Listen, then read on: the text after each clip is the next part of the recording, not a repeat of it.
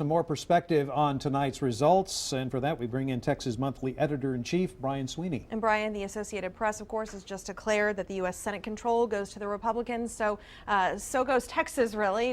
What you called earlier the annihilation of the Democrats in Texas. That's the big story in Texas. Certainly now we see the trend across the country. This is an anti-Obama election for sure. That is a message that resonates very strongly here in Texas, as it appears to be doing across the rest of the country right now.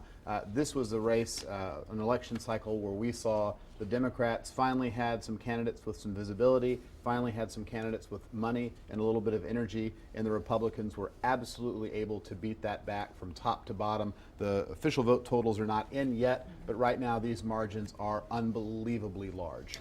A lot of talk recently about turning Texas blue. Wendy Davis got beat by 22 points. I think the post-mortem on this campaign began weeks ago. It will certainly kick into gear now as to what happened and what went wrong. Certainly that's something that we will be writing about. But I do think that a couple of things are happening. One, Texas, a very conservative state. Those issues such as border security, economic progress, low taxes, and again, a really strong stance against the federal government worked very well for Greg Abbott and all of the Republicans down the ticket. And this was a race where they stayed very much on message. They did not stray. They did not open themselves up to unnecessary situations or attacks. And again, the votes are absolutely overwhelming. So talk about the future, since really we're kind of nothing much has changed, and this is the way it's been for the last 20 years in Texas. What's going to happen in Texas when it comes to policy? That, I think, is really the big question. We had every major statewide office open. I mean, that's an unbelievable sea change. We haven't seen anything like this since 2002. I think one of the things that I'm hearing, despite the fact, say, that Governor-elect Abbott, not General Abbott, Governor-elect Abbott has been around now for a long time. He was first elected Attorney General in 2002.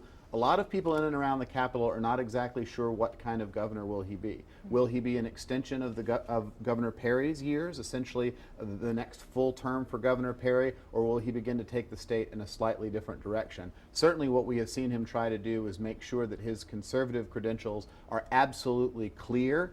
That has been the message that he has taken to the voters. But on the other hand, I think that there are a lot of things from an economic standpoint that the state needs addressing. Despite the boom, we still have issues with public schools, water and transportation infrastructure, a lot of things down the line I think that will require that kind of leadership. And the question is, how will Greg Abbott choose to handle those types of issues?